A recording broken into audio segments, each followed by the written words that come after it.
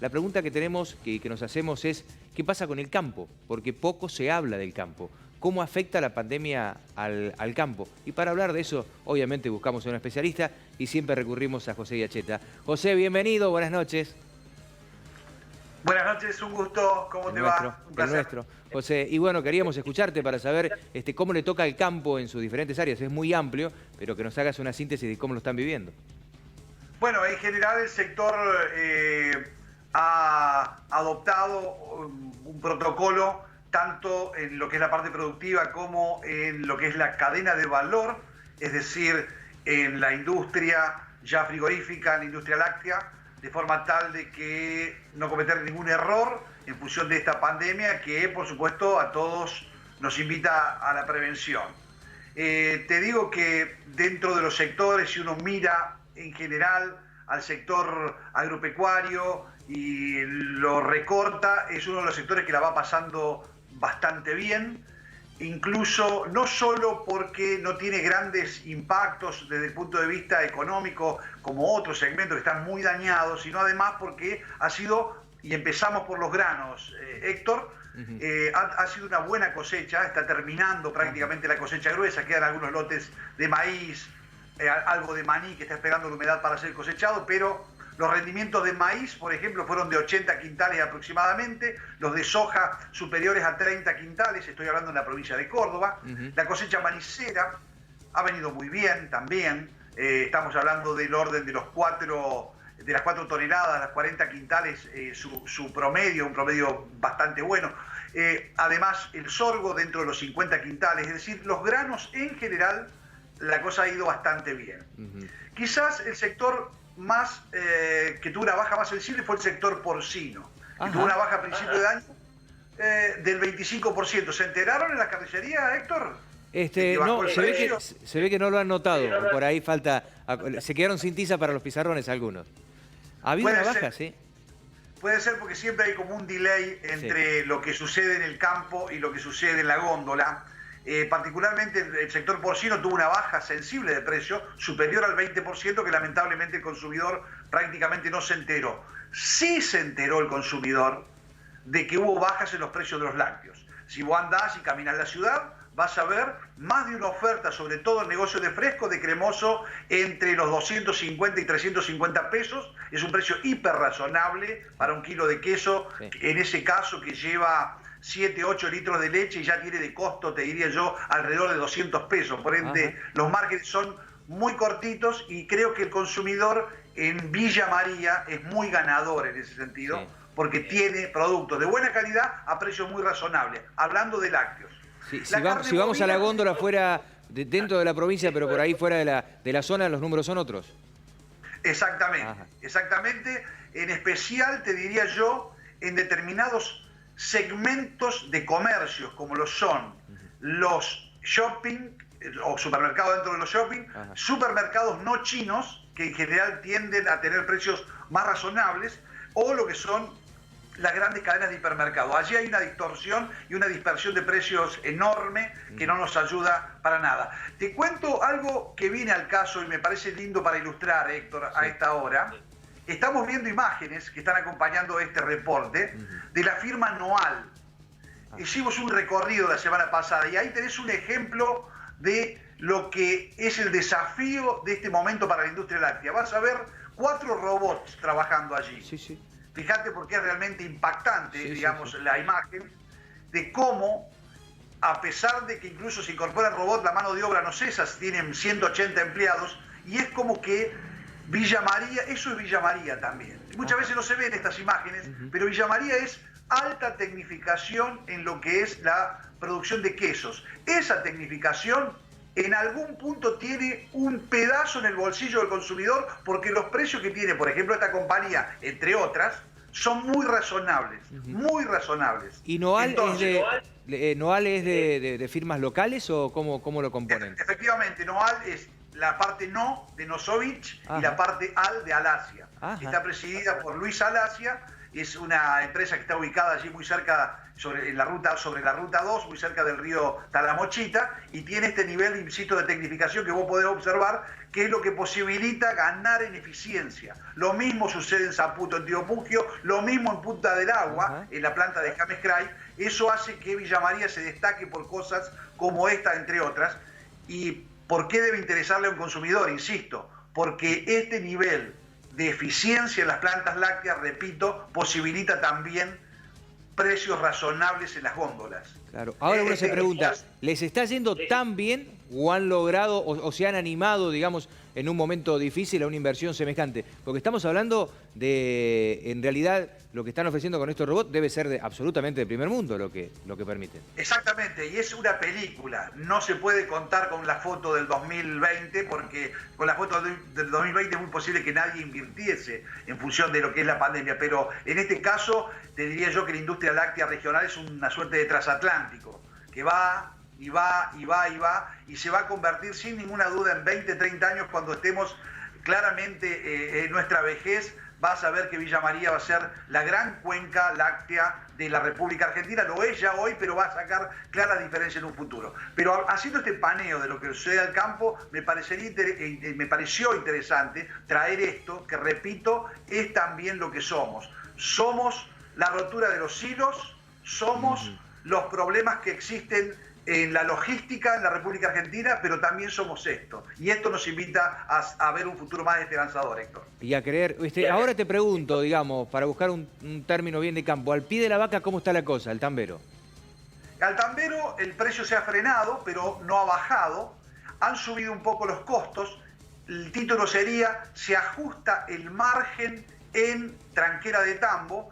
Esto implica, como siempre lo decimos, Héctor, que un 20% de los productores lecheros va a tener un ajuste, va a ganar un poco menos, pero va a seguir ganando. Un 50-60% va a empatar y un 20% posiblemente con estos precios no les alcance para calzar los costos de producción. Estas son las tres realidades que existen en el sector lechero, son distintas, disímiles, y dependiendo de la escala de producción y dependiendo de la eficiencia que hay tranqueras adentro. Eso es lo que define el negocio de producción de leche. Pero en general, te diría, es un negocio, hoy vamos a hacer periodismo rápido, de 6-7 puntos, digamos, que no está mal. No te voy a tener al aire y no me voy a permitir no consultarte sobre Vicentín, por lo menos en algunas líneas. Mirá, el tema Vicentín creo también es una película abierta. Estamos hablando de un jugador de mucho peso a nivel global. Yo creo que, digamos, como se dieron las cosas, lamento cómo se han dado las cosas, me parece que no es lo más adecuado lo que se buscó. Creo que por allí hubiera sido mucho más inteligente que la propuesta que ha hecho el gobernador Perotti, que me parece más adecuada para analizar el devenir de la empresa Vicentín, porque atiende a la posibilidad de que jugadores experimentados del sector puedan jugar ese partido también. Estoy pensando en la Asociación de Cooperativas Argentina, agricultores federados argentinos, que debiera ser por allí los depositarios de todo ese tremendo monstruo que es Vicentín. A mí me parecería más conducente eso que ha pasado. Yo creo que hay que salirse de los clichés. Esto no se trata ni de que ahora se va a avanzar sobre la propiedad privada, como grandilocuentemente vociferan algunos sectores opositores, sobre todo los que están politiquereando con el tema. Yo creo que conviene en este sentido no espiralar, aflojarle un poco, bajar un cambio y tratar de que esta empresa, que nació siendo familiar, pero hoy es un holding enorme, le pague a los damnificados, que son más de o cerca de 3.000, puede haber un plan sustentable de pago a quienes le debe, pero al mismo tiempo hay que tener cuidado, porque alguien que puede tener expectativa que el Estado recree una suerte de Junta Nacional de Grano, yo lo veo inconducente. El negocio del grano en el mundo lamentablemente se ha cartelizado, concentrado enormemente, y me parece que no es para gente de poco manejo profesional que pueda ser la que guíe el destino de un monstruo como lo es Vicentín. Charlé con Bussi la semana pasada y él habla de abrirlo, está de acuerdo con la intervención, pero abrirlo a las cooperativas. Me parece que es, te diría yo, lo más conducente, porque son las cooperativas, las que cité, ACA, Asociación de Cooperativas Argentina, que son decenas de cooperativas a lo largo del país, Nuclea, y AFA, que entre las dos explican cerca del 15% del mercadeo de granos en la República Argentina, son nacionales, son las únicas nacionales que hay. Claro. El negocio está dominado junto con la aceitera General Dehesa, ¿no? Y Vicentín. El negocio básicamente está dominado por grandes jugadores internacionales, lo que se llama los ABCD, que son ADM, Cargill, Dreyfus y Bunge, ABCD. Entonces, repito, uno siempre quisiera que el destino de una empresa tan grande como esta siguiera en manos de lo nacional, y no hablo de soberanía alimentaria, me parece un término un poquito traído de los pelos a este debate del futuro de Vicentín, pero creo que sí, firmemente, que uno debe abogar porque está una empresa tan grande como esta quede en manos de capitales nacionales que siempre generan más posibilidades para toda la sociedad. Por último, tan claro y tan práctico en tus expresiones, José, que me permito yo ir y volver, ir navegando, justamente porque eso quiero buscar para, antes de cerrar, la realidad del agro y todo lo que son las exportaciones del campo. Digo, el hecho de puertos, ¿hay algunas complicaciones en algunos lugares a donde se llega o en esto no hay ningún inconveniente, no hay ningún país europeo que se complique para el ingreso de la mercadería? No, en general, digamos, tomando todas las prevenciones, todo está funcionando dentro de los condicionantes que nos pone la pandemia bastante bien. Han vuelto el interés de China básicamente por la carne bovina, algunos segmentos, no a los precios que había anteriormente de 4, 5 y 6 mil dólares por tonelada, hoy son bastante más bajos. Hice recién un contacto con la gente que está en consignatarias, está hablando de 2.500 a 3.500 dólares la tonelada de carne bovina, y repito, en ese caso hay fluidez en los puertos. El caso del maní, que también hablé hoy con Ricardo Díaz, que es presidente de la Fundación Maní Argentino, también me decía que hay una pausa, porque básicamente Europa, que es el gran comprador, tiene sus limitantes, pero que el precio ha bajado un poquito, pero en general no hay ningún problema, y todos los contratos que estaban hechos anteriormente se han cumplido y se van cumplimentando sin problemas en lo logístico. Así que desde ese punto de vista, repito, salvo el problema de llegar al puerto, donde hay algunas intendencias que por allí ponen demasiadas trabas, y los problemas que hay en el NEA, especialmente en Chaco y provincias limítrofes, el resto no evidencia grandes problemas. Por supuesto, allí en el conurbano bonaerense hay otros problemas que son de logística más interna, Héctor. Cuando agarrás el agua ya hay, no hay inconveniente, de acuerdo a lo que me decís. Exacto. Claramente. Bueno, por último, ahora sí, una proyección de la gente que está viendo, el ciudadano que piensa qué va a pasar en góndola con los productos que desprenden directamente del campo. ¿Podemos pensar en los próximos 6 meses, para terminar el año, verlo con tranquilidad, sin movimientos importantes, o puede haber algunos retoques en los números? Yo creo que hay de parte de la industria una necesidad de acomodar algunos valores, sobre todo en lo que es la industria láctea, porque si bien el gobierno también hace un control muy exhaustivo de los costos de la industria láctea, lo real y concreto es que haría falta, desde la mirada de la industria, autorizaciones para elevar algunos valores en góndola, ya que no le dan sustentabilidad a la industria, que repito, hoy no la está pasando bien en general el segmento de la industria láctea.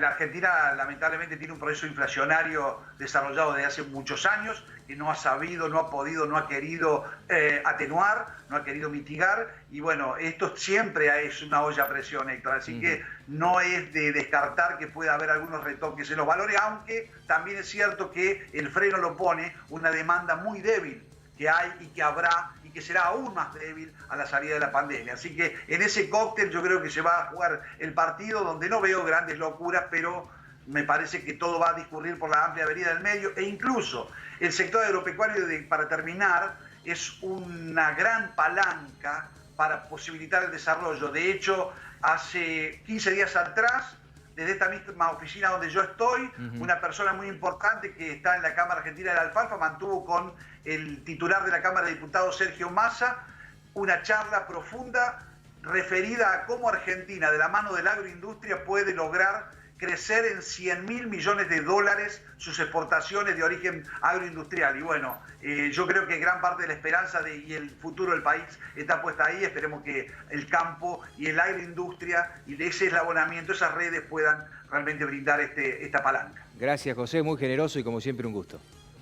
Un placer.